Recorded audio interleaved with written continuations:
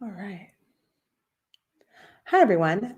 I'm Susan Westwater. I'm coming at you live today, this Friday afternoon here in the outskirts of Chicago. And wanted to talk a little bit about Voice Masters and a little bit about me as one of the faculty members of the Voice Masters program. So I am Susan Westwater, and I am co-founder of Pragmatic Digital and also one of the contributors to the curriculum for Voice Masters. I got into voice 2 years ago and saw the potential of it from not necessarily a numbers perspective, but more from an understanding from a content perspective about how once upon a time, way back in history, voice was something that was a lot more common and the only way that people could get information. Troubadours, spoken word, storytelling, those were all of the ways that we had until we had the movable type. And then what was quite interesting about all of those things is that as literacy uh, came about, voice then started to become a bit of a cast of where if you could read, then you could read in Latin, and then there was still sort of this class division. And then it wasn't until some additional Italian writers began to then create write in the vernacular that then it really started to become accessible from a literacy point. But we've still seen that literacy is still a challenge. And so what's really exciting to see now is that we're going back to a time where if your choice is if you want to read or if you want to hear. And what I'm most excited about voice and what has made me really get excited about it is how do I take the content that is available in digital format and printed word, how do I help translate that into a meaningful experience that can be listened to and heard? There is so much richness in being able to hear someone's intonations and how that they react to that. One of the things that's very interesting is not just hearing stories, but hearing them told from someone beloved or from someone trusted. And that goes into a whole other aspect of the importance of sonic branding and aligning to that. So there are many things about voice that has pulled me into. And so I've spent the past 2 years taking time to understand the technology so that I can help interweave it into the experiences that we already have, and how do you leverage that, how do you leverage the content that you have and make that work for voice, because as we saw with the evolution of other mediums, just cutting and pasting from an existing is not safe. And it's more of how do we make sure that this is providing the information they want. And the exciting thing too that comes with voice is that voice is very much a pull piece of, unless someone asks that question or unless someone wants to do that thing, it's not going to come up on voice because it isn't a matter of just displaying all of the efforts. So we have to stay top of mind, which is really exciting from a perspective of a consumer. And I don't know how many more times I'm going to say exciting, probably a lot more. But the idea of all of this is that voice for consumers is a new tool and a new way that you can do things from a hands-free perspective, that you can also start to bring things about.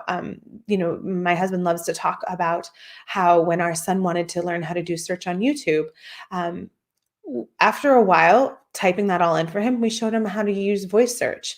And now he is a lot more knowledgeable about dinosaurs than I ever was at his age. And actually probably right now, knowing that there's no more brontosauruses, it's, I think, apatosauruses, but understanding that distribution of that information, and it unlocks something where you can continue to feed that curiosity. And there's one thing from a curiosity perspective, but it's also from I need to get some things done. I need to work through efficiently. What are the things in my life that I know what I want to do and I want to get through them, or how do I seek that information? And so it's just putting that information in an easier way. People aren't necessarily going to change what they want to do based off of the channel, but if they have that opportunity, they can. And I see an excitement with that. And there's an opportunity from a language perspective of serving everyone, not just who you can afford to get the translations for. That there is also an opportunity of you can go for breadth, not just depth when it comes across to what are all the things that I can answer for my consumer. And so that opens up a lot of opportunities for value, where a brand can say, these are the things that are relevant and make sense. I can deliver against those. And we can also start looking at what problems have we been solving successfully, and translate that into voice. But we can also say what problems haven't we been able to solve, and how can we translate that to voice? Can we solve them better with voice? There's a lot of interesting questions to answer, and there's a lot of ground to be gained because these are still early days. So it's very exciting to be able to look at that. The iterative aspects of voice are also exciting. And I'm going to be covering that in my session, talking about optimization and measurement. And what we're going to do in that session is we're going to look at how do you, after you've launched your skill, how do you adapt and evolve it so that it remains relevant, but also how can you make sure that you're doing what you set out to? One of the most interesting aspects of voice is that you can cover off on what are people asking about? What is it about my experience that is getting used, and what about it is not? The most interesting thing about every consumer and every test I've ever done is users don't necessarily do what I expect them to do. And so launching it and leaving it isn't an option. And that's where then we cover it off of, so what does that mean?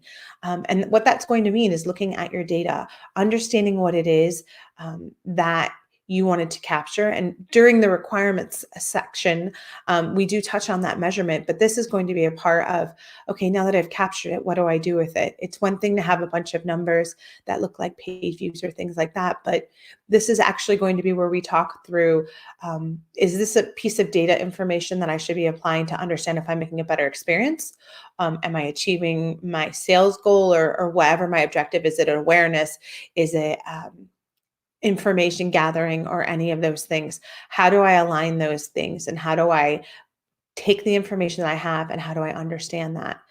Because there are lots of different lenses that you can apply to measurement and to what you're looking at. And so we can look at this from a perspective of what questions am I trying to answer with this data?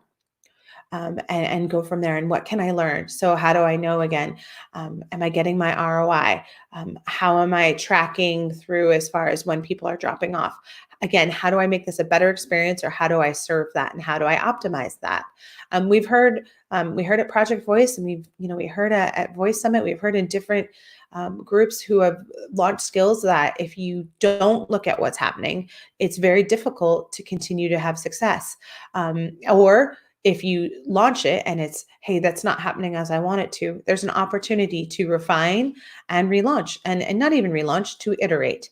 When we put these things out there, it's important to evolve them and to have them change as users' ability to understand what voice can do and what voice can't do, but also to build upon the trust that we're creating when we do have successful experiences. So our goals are going to be for you to come away from that session being able to understand not just, I want to track data, but understanding I want to track this data so that I can answer these important questions that apply to my skill. Because success is going to look different depending on what your objectives are, or where your brand is, or things like that. And another interesting aspect to it is if when you add the layer of SEO, those results aren't going to be quite as immediate.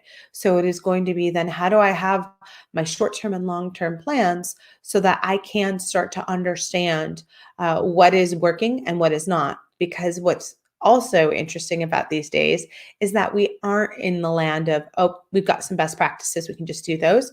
We're learning them as we go along and we're refining them. And every couple of weeks, something about the technology might change, and therefore we need to be able to adapt to it.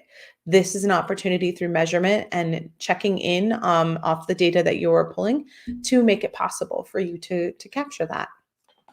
So really excited, and I can't wait to meet everyone who is joining in our cohort and learn your questions about what it is you're trying to answer. And together we'll be able to come up with an interesting way of coming after measurement and being able to prove the value of voice, not just to consumers and delivering against expectations, but also from a business perspective of how are we delivering against objectives? Where does voice fit in the ecosystem of all of the content that we have? And how do we successfully translate the content we have into voice experiences that are useful and usable? Thanks so much, and looking forward to seeing you soon.